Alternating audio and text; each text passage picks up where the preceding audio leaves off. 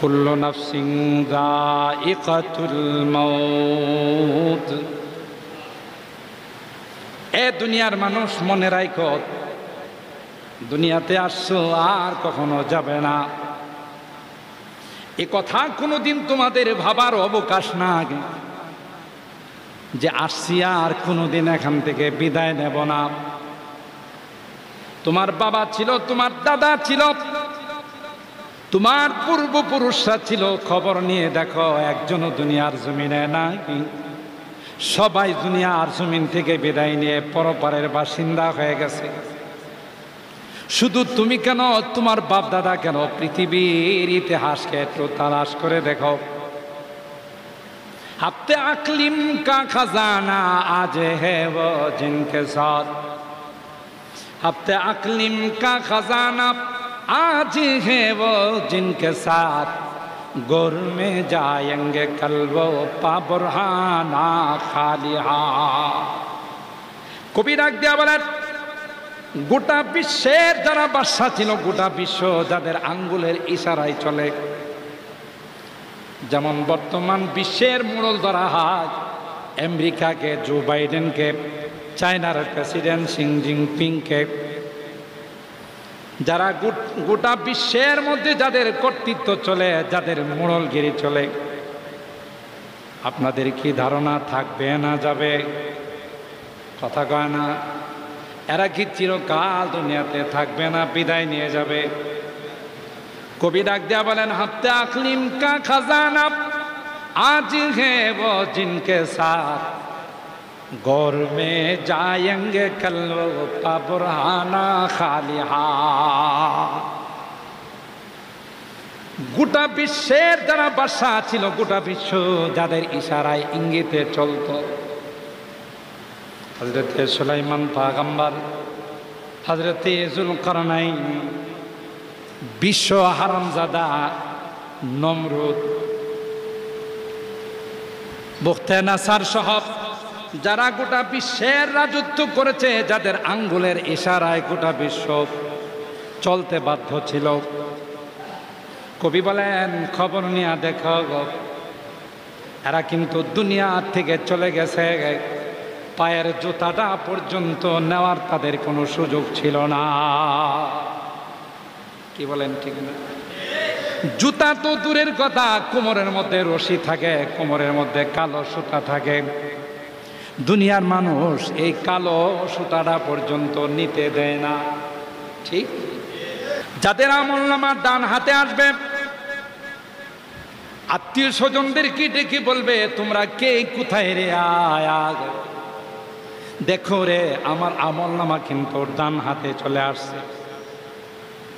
কত সুন্দর আমার আমলনামা, কত ভালো রেজাল্ট আমি করেছি। আজকে আমার রেজাল্ট প্রকাশ করা হয়েছে, নতিজা বের করা হয়েছে। আমি কিন্তু এমনটাই মনে করেছিলাম, দুনিয়ার জিন্দেগিটা আমার কিন্তু এমনটাই ধারণা ছিল, একদিন আমার হিসাব নিকাশের সম্মুখীন হতো। ইন্নী জানান্তু আন্নী মুলাকিন হিসাবিয়া। তাই আজকে সুন্দর আমলনামা আমি পেয়েছি। আমার জীবনের কোনো অংশ আমি আল্লাহর নাফরমানিতে কাটাই নাই, আমার কোনো অংশ আমি আল্লাহর নবীর নাফরমানিতে কাটাই নাই, নবীর তরিকার বাইরে কাটাই নাই, শয়তানের ওয়াসওয়াসায় পড়ে কোনোদিন নামাজ কাজা করি নাই, কোনোদিন কোনো গুনার কাজে লিপ্ত হয় না। তাই তো আজকে আমার আমলনামা এত সুন্দর। আসো আসো, তোমরা আমার আমলনামাটা একটু পড়ে দেখো। কারণ দুনিয়ার জিন্দেগির সূচনা লগ্ন থেকেই আমার এই ধারণা ছিল, একদিন আল্লাহর সামনে আমাকে হাজিরা দিতে হবে। অপরদিকে আল্লাহ বলেন, যাদের আমলনামা বাম হাতে আসবে, ও আম্মা মান উতিয়া কিতাবাহু বিশিমালি ফায়াকুলু ইয়া লাইতানি লাম উতা কিতাবিয়া ওয়ালাম আদরি মা হিসাবিয়া ইয়া লাইতাহা কানাতিল কাদিয়া মা আওনা আন্নি মালিয়া হালাকা আন্নি সুলতানিয়া খুদুহু ফাগুল্লু সুম্মাল জাহিমা সাল্লু। আফসোসের সীমা থাকবে না। আমলনামা বাম হাতে আসবে, চিৎকার করে বলতে থাকবে, ইয়া লাইতানি লাম উতা কিতাবিয়া। আফসোস, কেন আজকে আমার আমলনামা আমার হাতে দেওয়া হলো। আমার আমলনামাটা যদি প্রকাশ না হতো কতই না ভালো ছিল। ওয়ালাম আদরি মা হিসাবিয়া। আমি তো কোনোদিন কল্পনা করি নাই যে একটা হিসাব নিকাশ হবে, জিন্দেগির হিসাব নিকাশ পেশ করতে হবে, এই ধারণাটুকুন পর্যন্ত আমার ছিল না। আমি জানতাম না, মাহফিলে যাইতাম না, চিল্লা লাগাইতাম না, কোনো জিকিরের মাহফিলে বসতাম না, কোনো আল্লাহওয়ালাদের সংস্রবে আমি যাইতাম না। ইয়া লাইতাহা কানাতিল কাদিয়া। হায়রে হায় আফসোস, যদি কোনো ফাইসালা না হতো, আমার এই জাতীয় দুঃখজনক কোনো ফাইসালা যদি না হতো। মা আওনা আন্নি মালিয়া। আমি না অনেক বড় শিল্পপতি ছিলাম, আমি না অনেক টাকা পয়সার মালিক ছিলাম, আমি না অনেক ধন সম্পদের মালিক ছিলাম। বুধল বাজারে মার্কেট আমার ছিল। পুরা ইউনিয়নের মধ্যে আমি একজন ধনী মানুষ হিসাবে পরিচিত ছিল, কিন্তু কই কোনো জমি জামা তো আমার কাজে আসলো না, কোনো টাকা পয়সাই তো আমার কাজে আসলো না। সব তো আমার থেকে পর হয়ে গেল, কোনোটাই তো আমার কাজে আসতেছে না। আমি চেয়ারম্যান ছিলাম, আমি মেম্বার ছিলাম, আমি এমপি ছিলাম, আমি মন্ত্রী ছিলাম, আমি প্রেসিডেন্ট ছিলাম, আমি প্রাইম মিনিস্টার ছিলাম, কিন্তু না না কোনোটাই তো আমার কাজে আসতেছে না। মা আওনা আন্নি মালিয়া হালাকান্নি সুলতানিয়া। সব কিছু আমার থেকে চলে গেল, কোনোটাই তো আমার কাজে আসতেছে না। শুধু আফসুস আফসুস করে চিৎকার করতে থাকবে। আল্লাহ ফেরেশতাদের অর্ডার দিবেন, দেরি করো না, তাদেরকে সুজানে জাহান্নামের মধ্যে নিক্ষেপ করে দাও। রব্বুল আলামিন কোরআনুল কারীমের সূরা আল মুলক এর শুরুতেই আল্লাহ তাআলা আমাদেরকে জানিয়ে দিয়েছেন, আল্লাযী খালাকাল মাউতা ওয়াল হায়াতা লিয়াবলুয়াকুম আইয়ুকুম আহসানু আমালা। যিনি হায়াত আর মওতকে সৃষ্টি করেছেন, উদ্দেশ্য হলো লিয়াবলুয়াকুম, তোমাদেরকে পরীক্ষা করবেন, আইয়ুকুম আহসানু আমালা, কার আমল কত সুন্দর। শুধু কিন্তু আকসারু আমালা আল্লাহ এখানে ইরশাদ করেন নাই, কার আমল কত বেশি এটা আল্লাহ বলেন নাই, কার আমল কত সুন্দর। সুন্দর জিনিস যদি অল্প হয় তার দাম অনেক বেশি। কি বলেন, ঠিক না বে ঠিক? আপনি যে কোনো একটা জিনিস যদি আপনি চয়েস করেন, স্বর্ণের জিনিস হোক, রূপার জিনিস হোক, অথবা অন্য কোনো জিনিস হোক, জিনিসটা যদি সুন্দর হয়, আপনার চোখে লেগে যায়, তাইলে কিন্তু দাম যাই বলো, যেহেতু আপনার চয়েস, আপনার পছন্দ, টাকার দিকে আপনি তাকাবেন না, ওইটা আপনাকে কিনতেই হবে, যেহেতু জিনিসটা আমার কাছে ভালো লাগে। ঠিক আল্লাহ পাক আয়াতে কারিমায় আমাদেরকে জানান দিচ্ছেন, আহসানু আমালা, কে তোমাদের মধ্যে সবচেয়ে সুন্দর আমল করে। এই প্রতিযোগিতাটা আমি দেখার জন্যে তোমাদেরকে বানাইছি। তাইলে বুঝা গেল আমাদের দুনিয়ার হায়াতের মাকসাদ, এই জিন্দেগির মাকসাদ পরকালের আমলের মধ্যে প্রতিযোগিতা করা।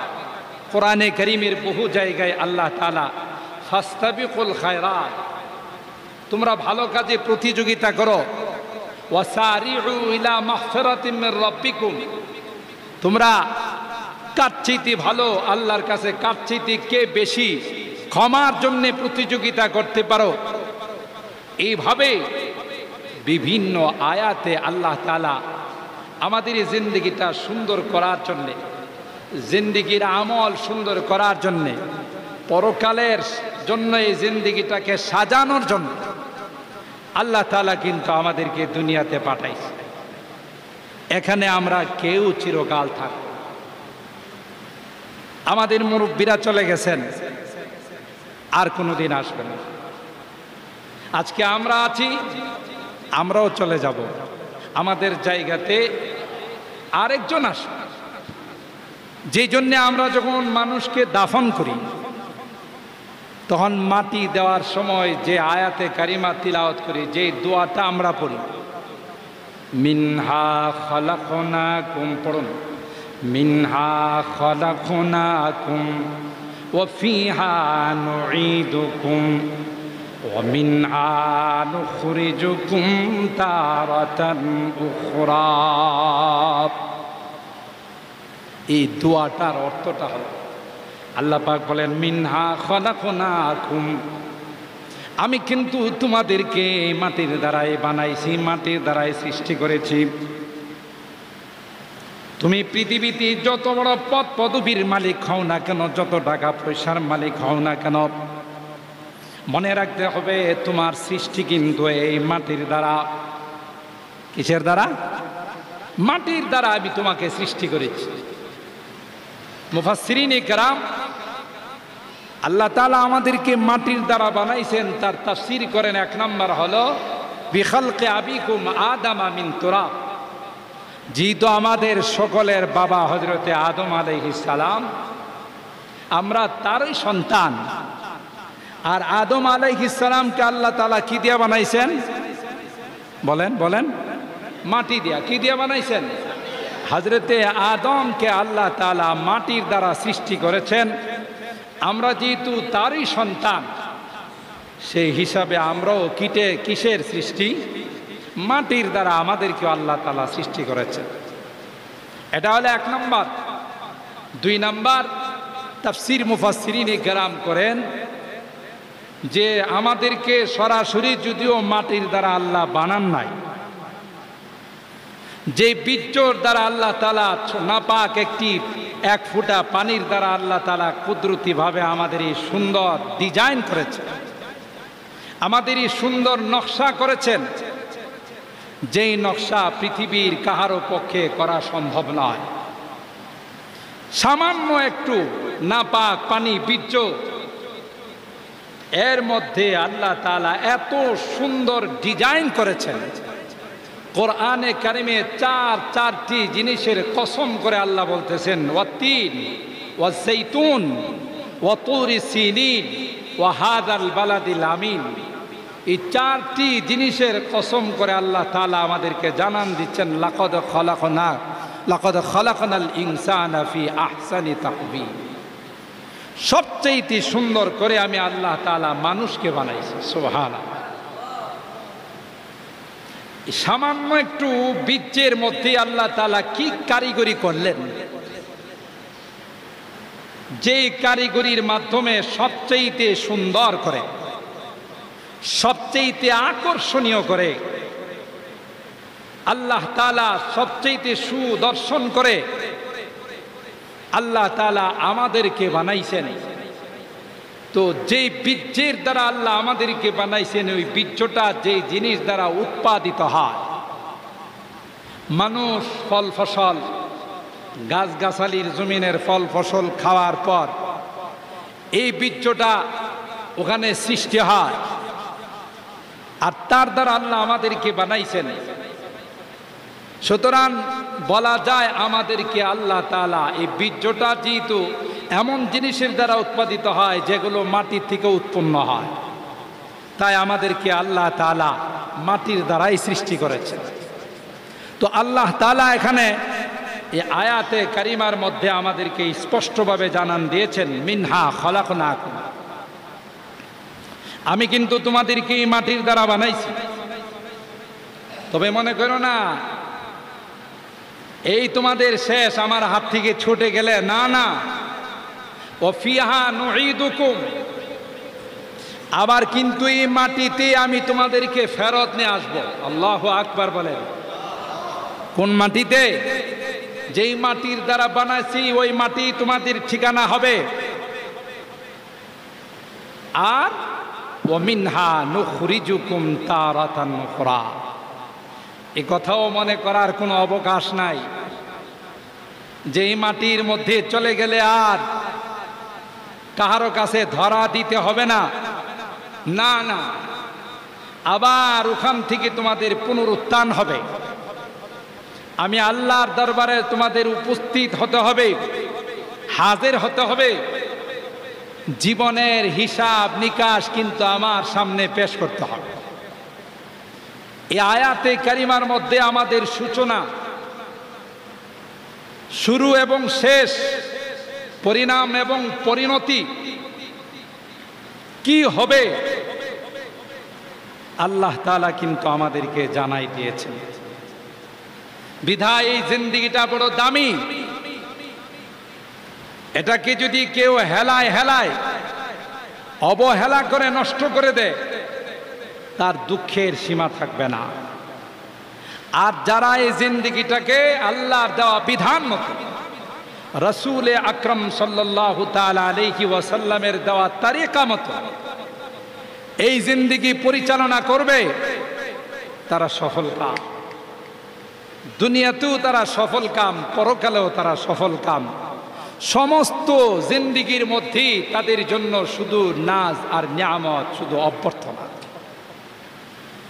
তাই আল্লাহ তাআলা সূরা আলে ইমরানের এই আয়াতের মধ্যে আমাদেরকে জানান দিয়েছেন, কুল্লু নাফসিন যায়িকাতুল মাউত। এ দুনিয়ার মানুষ, মনে রাখো, দুনিয়াতে আসছো আর কখনো যাবে না। এ কথা কোনোদিন তোমাদের ভাবার অবকাশ না যে আসছি আর কোনোদিন এখান থেকে বিদায় নেব না।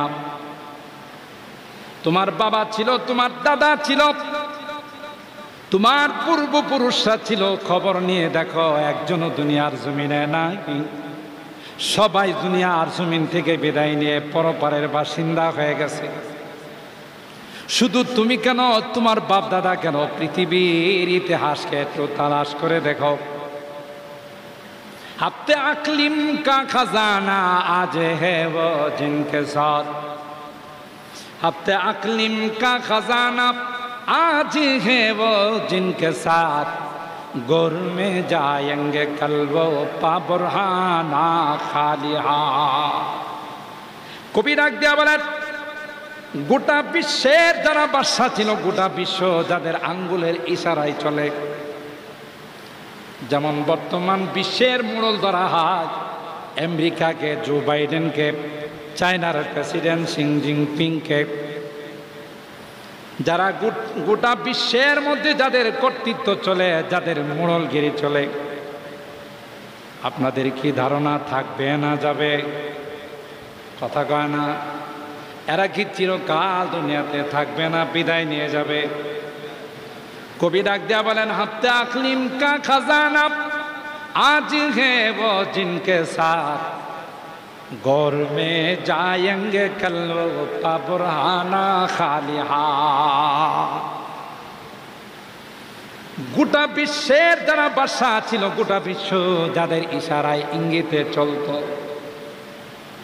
হযরতে সুলাইমান পয়গম্বর, হযরতে যুলকারনাইন, বিশ্ব হারামজাদা নমরুদ,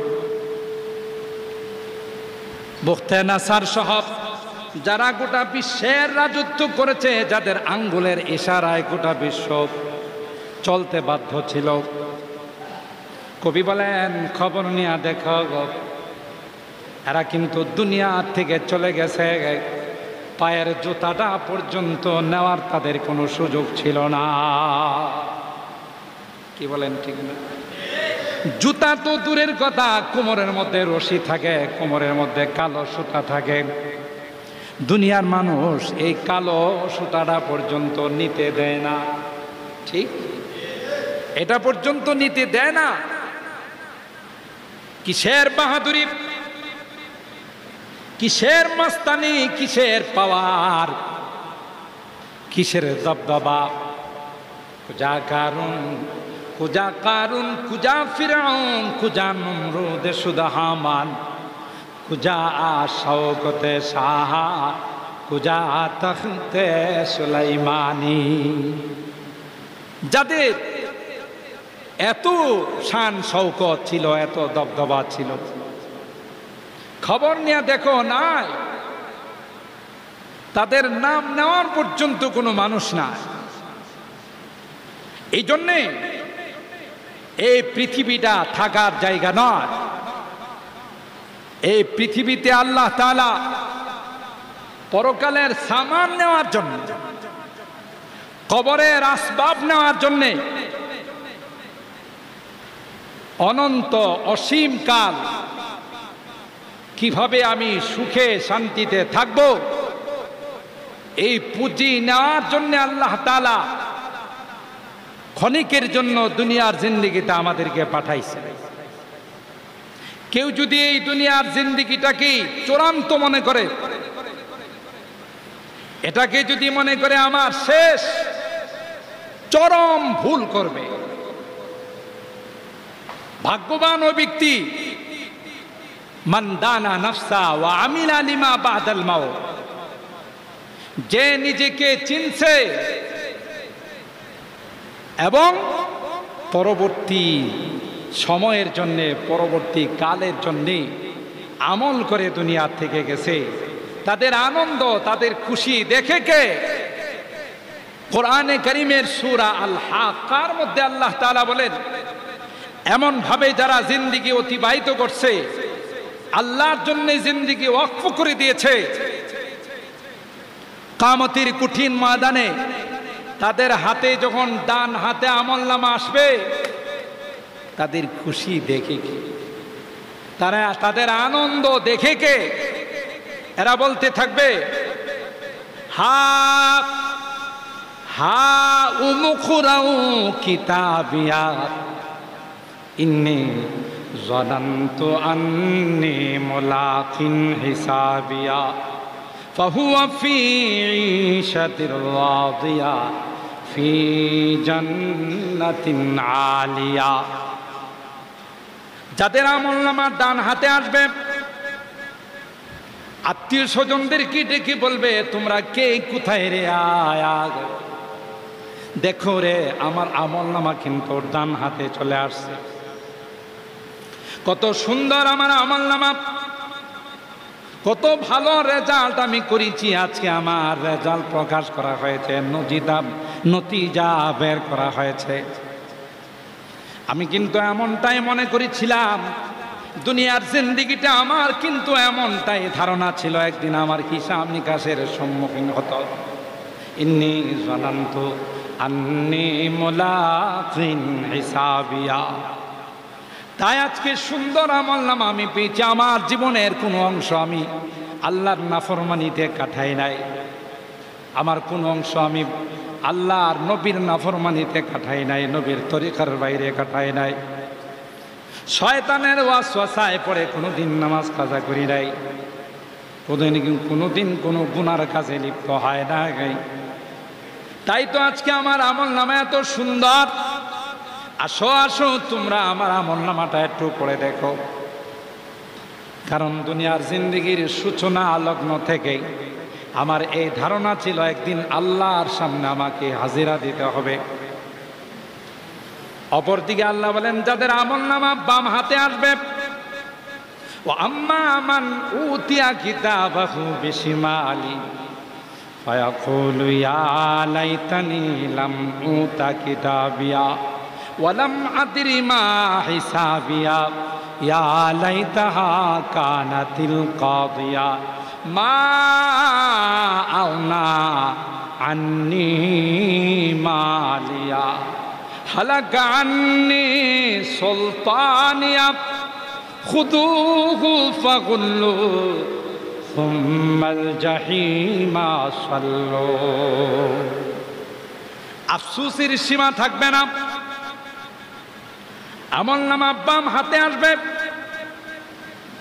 চিৎকার করে বলতে থাকবে, ইয়া লাইতানি লাম উতা কিতাবিয়া, আফসোস কেন আজকে আমার আমলনামা আমার হাতে দেওয়া হলো।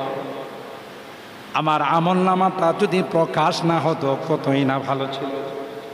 ওয়ালাম আদরি মা হিসাবিয়া, আমি তো কোনোদিন কল্পনা করি নাই যে একটা হিসাব নিকাশ হবে, জিন্দেগির হিসাব নিকাশ পেশ করতে হবে, এই ধারণাটুকুন পর্যন্ত আমার ছিল না। আমি জানতাম না, মাহফিলে যাইতাম না, চিল্লা লাগাইতাম না, কোনো জিকিরের মাহফিলে বসতাম না, কোনো আল্লাহওয়ালাদের সংসর্গে আমি যাইতাম না। ইয়া লাইতাহা কানাতিল কাদিয়া, হায়রে হায় আফসোস যদি কোনো ফাইসালা না হতো, আমার এই জাতীয় দুঃখজনক কোনো ফাইসালা যদি না হতো। মা আওনা আন্নি মালিয়া, আমি না অনেক বড় শিল্পপতি ছিলাম, আমি না অনেক টাকা পয়সার মালিক ছিলাম, আমি না অনেক ধন সম্পদের মালিক ছিলাম। বুধল বাজারে মার্কেট আমার ছিল।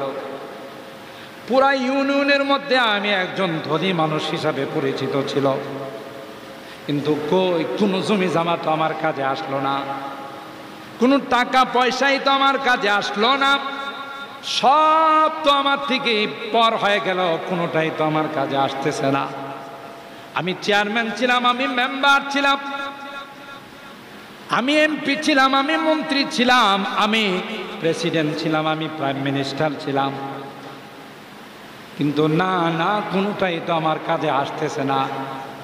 মা আওনা আন্নি মালিয়া হালাকান্নি সুলতানিয়া, সব কিছু আমার থেকে চলে গেল, কোনোটাই তো আমার কাজে আসতেছে না।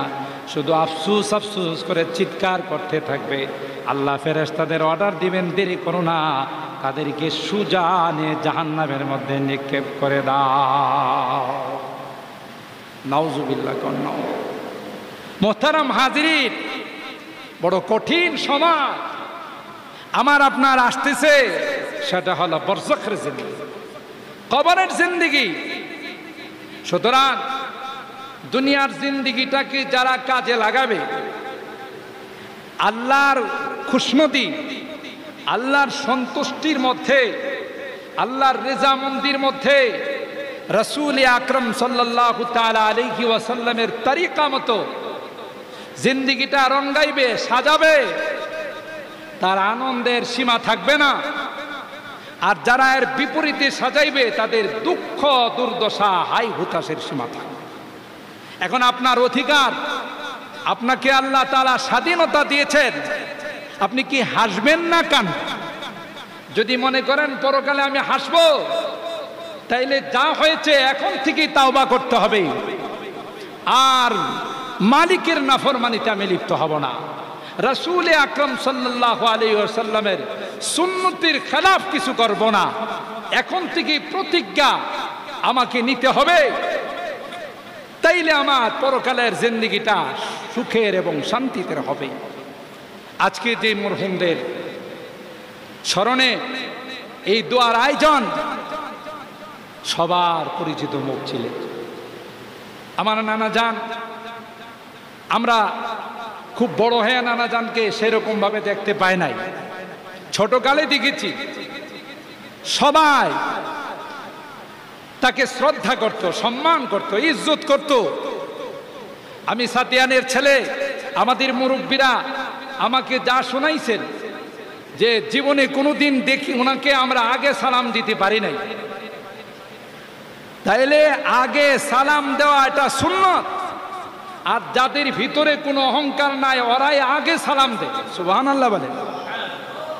এই যে একটা সুন্নত, আফসুস সালাম, যে তোমরা সালামের রেওয়াজ দাও। আমাদের আকাবের, আমাদের মুরব্বী যারা ছিলেন, আমাদের বুজুর্গানে দিন, তাদের মধ্যে এই সুন্নতের আমল ছিল। মাটির মতো মানুষ ছিলেন, মাদ্রাসার জন্যে, দ্বীনের জন্যে, ইসলামের জন্যে গোটা জীবন কুরবান করে দিয়েছেন।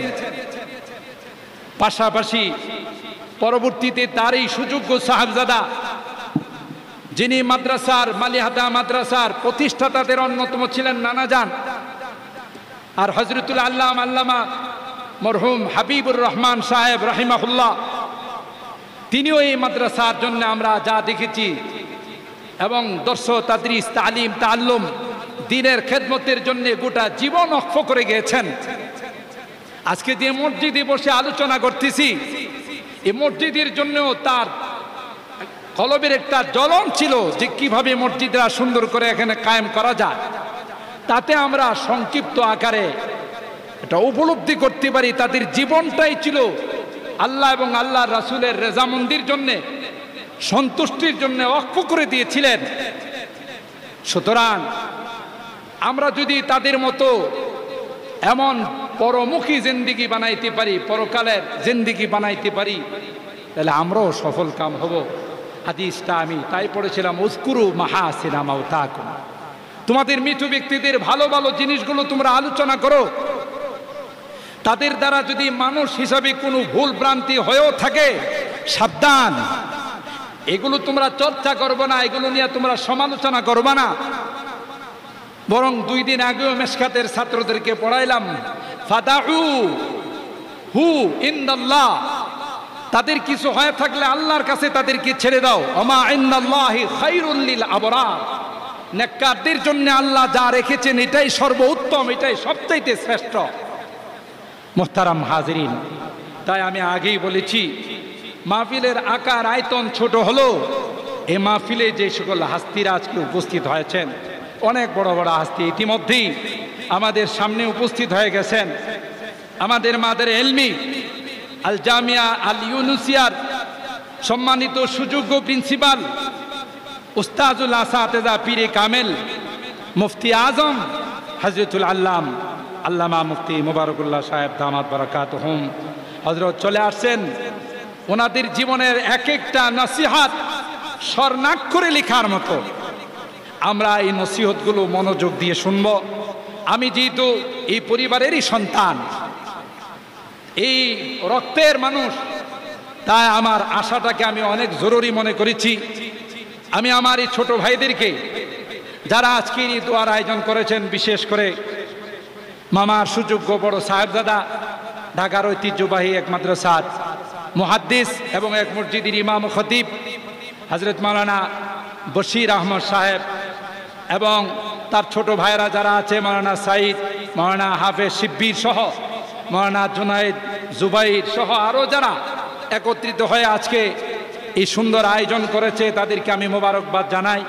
এই আয়োজন করার জন্যে তাদেরকে ধন্যবাদ জানাই, এবং অদূর ভবিষ্যতেও যেন এইভাবে দোয়ার আয়োজন চালু থাকে এই আশাবাদ ব্যক্ত করে আমি সকলের জন্য আজকে নানার পরিবারের আমাদের খালুজান যারা ছিলেন, বলতে গেলে অনেককে সবাই চলে গেছেন,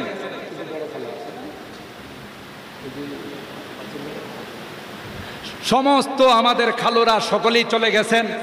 আমি আবদার রেখে যাব আজকের এই দোয়ার মাহফিলে যেন সকল খালু যারা চলে গেছেন, খালুজানদের জন্য, খালাম্মারা যারা চলে গেছেন, এবং এই বাড়ির যত মুরব্বীরা দুনিয়ার থেকে চলে গেছেন, সকলের রুহের মাগফিরাতের জন্য যেন দোয়া হয়, আর আমরাও তাদের জন্য দোয়া করতে থাকব।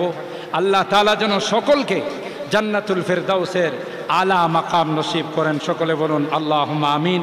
আমরা কেউ যাব না।